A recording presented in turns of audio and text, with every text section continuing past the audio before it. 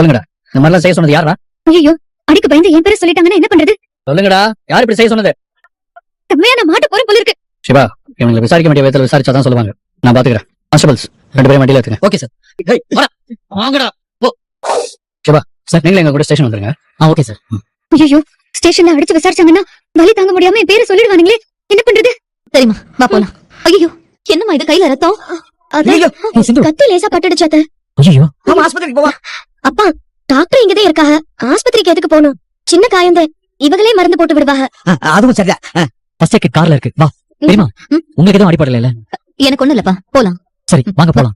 அப்படி சொல்லிட்டாங்கன்னா அவங்க 2 பேரையும் யாருன்னே தெரியாதுன்னு சொல்லிடுவோம். நீங்களே உண்மையை சொல்லிட்டீங்கன்னா என்கிட்ட இருந்து அடி வாங்காம தப்பிச்சிடலாம். இவ்வளவு பெரிய ஸ்கேம் பண்ணிருக்கீங்க. கண்டிப்பா அதுல நீங்க 2 பேர் மட்டும் இன்வால்வ் ஆயிருக்க மாட்டீங்க. உங்களுக்கு பின்னாடி மெயினா யாரோ இருக்காங்க. யாருன்னு சொல்லுங்க. நீங்க உங்களுக்கு பின்னாடி யாரு இருக்காங்கன்னு சொன்னீங்கன்னா அவங்கள அரெஸ்ட் பண்ணி அவங்களுக்கு தண்டனை அதிகமா கிடைக்கிற மாதிரி பண்ணுவேன். இல்லனா உண்மையை சொல்ற வரைக்கும் என்கிட்ட அடி வாங்கியே சாவீங்க. ராம் சார், டாக்டர் தேவராஜ் கால் பண்ணி உடனே வர சொல்லுங்க. Okay sir. ஏய் சொல்லுங்கடா, இந்த ஸ்கேம் பண்ண சொன்னது யாரு?